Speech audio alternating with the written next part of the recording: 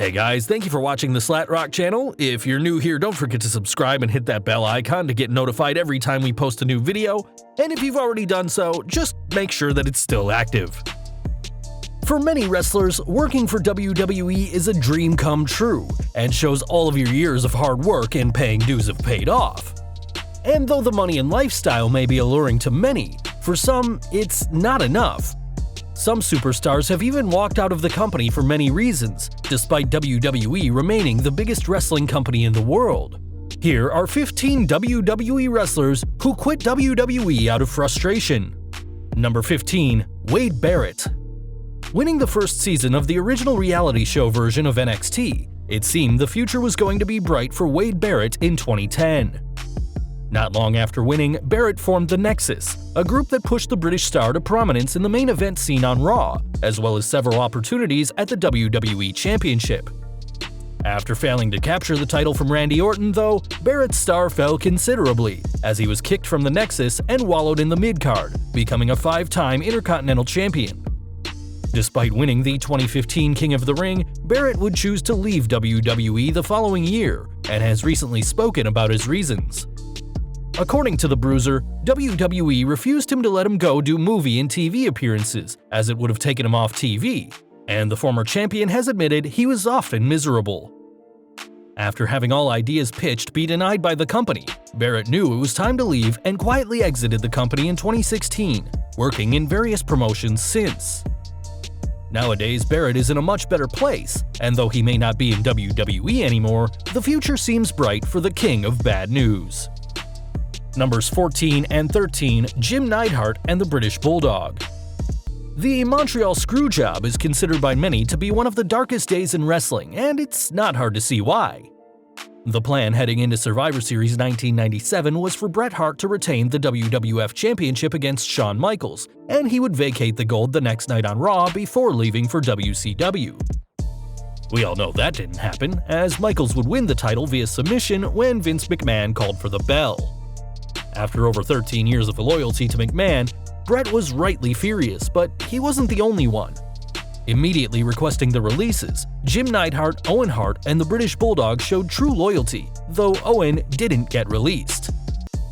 Things weren't much better for Neidhart or the Bulldog, as the Anvil was only allowed to leave after being humiliated and spray-painted on Raw by DX. Despite being part of the hottest thing in wrestling, the pair were barely used in WCW, not associated with Bret, and the Bulldog even suffered an injury early on, though we can't imagine the pair being treated much better if they'd stayed in WWF. Number 12. Chyna. We all know that the world of wrestling often isn't kind to the wrestlers, but few stars were treated worse throughout their career than Chyna. Joining the company in 1997 alongside real-life boyfriend Triple H, Chyna was unlike any woman seen in WWE before, rightly earning herself the moniker of the ninth wonder of the world. A pioneer, Chyna would be the first woman to actively compete in the men's division, and would also be the first woman in a Royal Rumble, the first and only woman to compete in King of the Ring, the first female to be #1 contender for the WWF title, and the first female Intercontinental Champion. Despite everything going well, things quickly came crashing down when Chyna discovered that Triple H had cheated on her with the boss's daughter.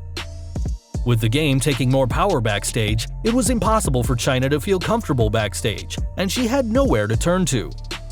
After winning the women's title at WrestleMania 17 and retaining the gold at Judgment Day, Chyna would quietly vacate the title, leave the company, and never return to WWE until her untimely death in April 2016.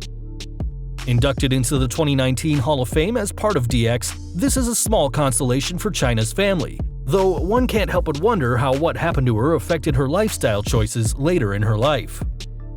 Number 11. Christian. Before the likes of Zack Ryder and Daniel Bryan, there was Christian, a smaller, popular character that amassed an army of fans online despite WWE not knowing what to do with him.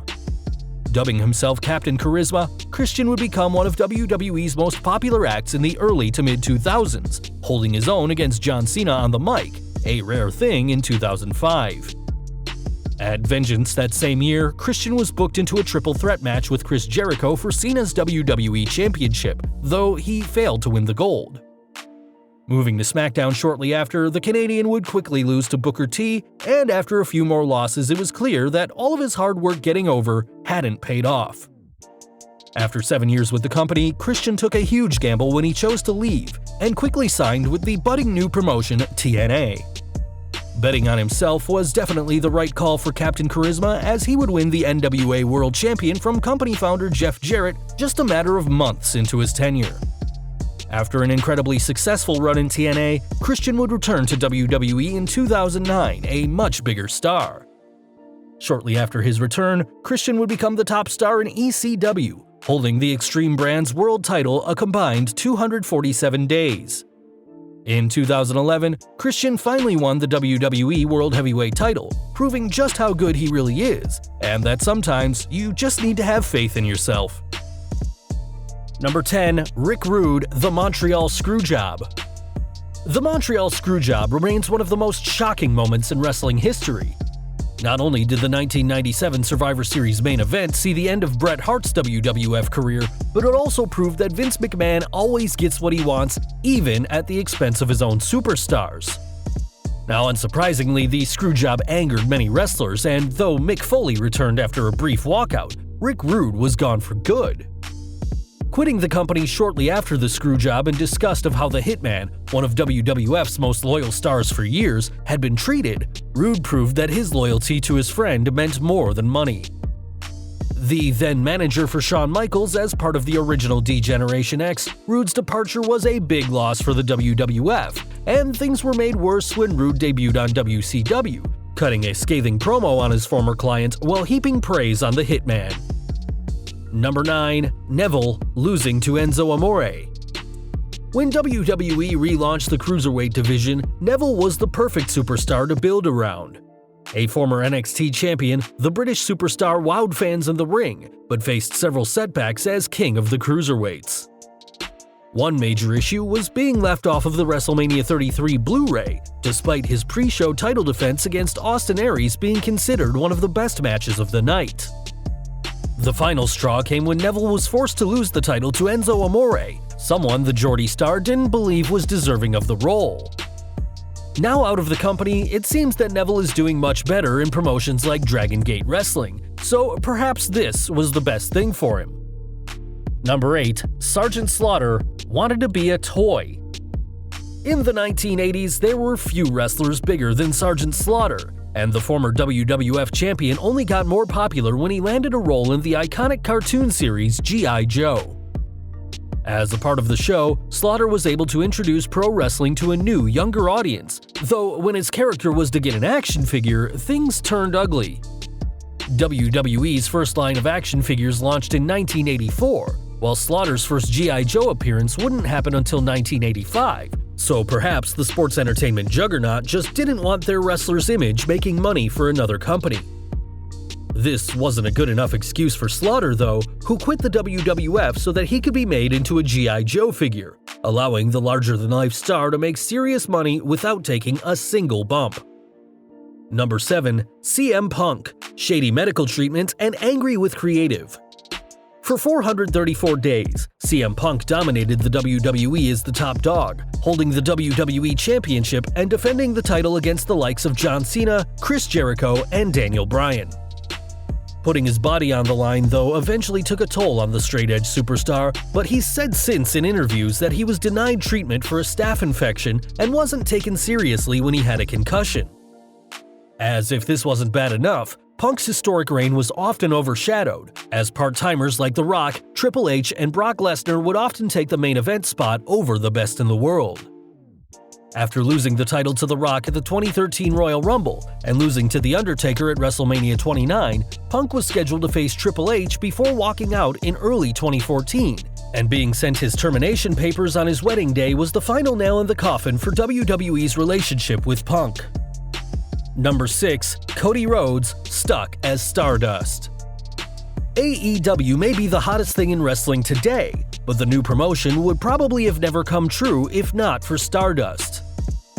Debuting the alter ego of Cody Rhodes in June 2014, the character was interesting, and Cody made it work, but Stardust quickly grew old as Rhodes wanted out of the costume. After being denied the chance to ditch the character, the former Intercontinental Champion requested his release, which was granted. Betting on himself, Rhodes would establish himself on the indie scene as one of the hottest stars in wrestling and captured the NWA World Championship at All In. Launching AEW in January 2019, the company has done huge things in a handful of months, meaning the WWE no doubt regrets letting the grandson of a plumber go. Number 5. Batista, no chance to be an actor. The WWE's film division may not have released many hits, but there are a handful of superstars who have impressed on the silver screen. One such star is Batista, but this nearly didn't happen due to the Animal's career in WWE. Back in 2010, the former WWE World Champion thought he was ready to try his hand in Hollywood, but was faced with opposition by WWE. Believing in himself, Batista would leave WWE for greener pastures, and after a shaky start, made it big as Drax the Destroyer in 2014's Guardians of the Galaxy. A huge hit in the Marvel film, Batista has landed roles in the Blade Runner and James Bond franchises, proving sometimes it's good to take a risk. Number 4. AJ Lee, CM Punk lawsuit. CM Punk may have walked out of WWE in early 2014 in a whirlwind of controversy, but what came next was just as shocking. The same day that Punk was given his termination papers, the former champion married AJ Lee, who was riding high as the centerpiece of the Divas division. After Punk lambasted WWE Dr. Chris Amon on a podcast, though, leading to Amon filing a defamation lawsuit, things quickly changed for AJ.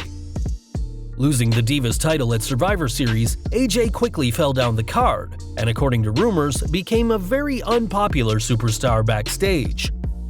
Leaving WWE in April 2015, separate rumors have suggested AJ departed due to Punk's lawsuit with Amon, and it doesn't look like either Punk or AJ will be back anytime soon.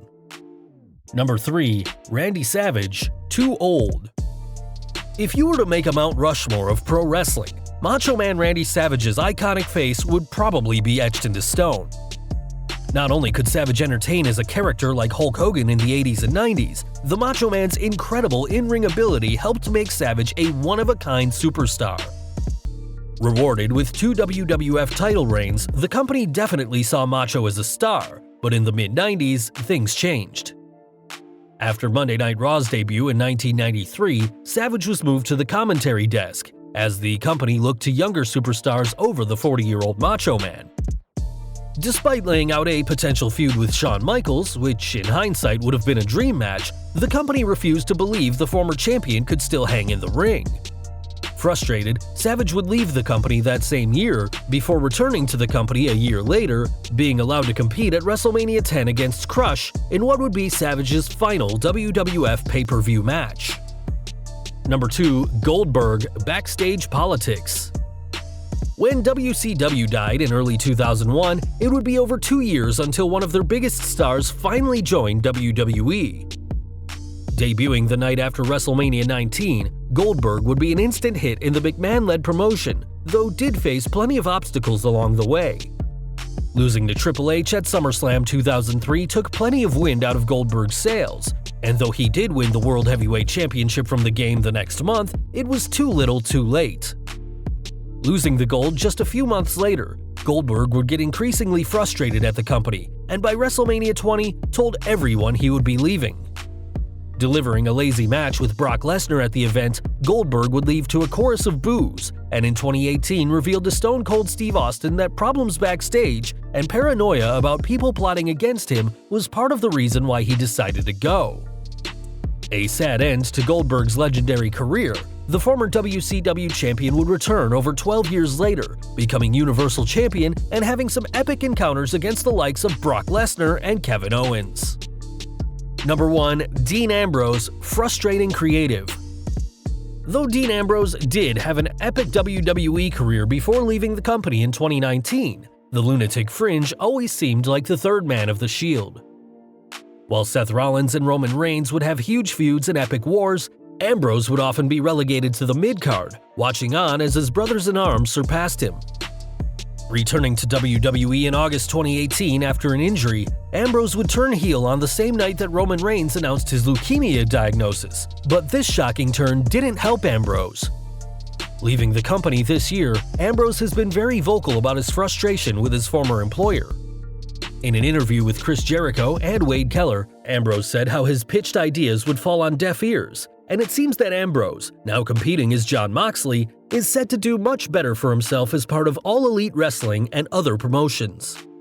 Well guys, that's our list. If you can think of any other WWE superstars who quit the company out of frustration, drop us a comment below and let us know. If you like this video, don't forget to check out our previous video, 15 WWE wrestling gimmicks you never knew were based on real people. Also check out our other high-rated videos by clicking at the upper right-hand corner or down in the description field. Don't forget to hit the like button, hit the subscribe button and the bell icon so you don't miss a single new video. You can follow us on Facebook and Twitter, and as always, thank you for watching.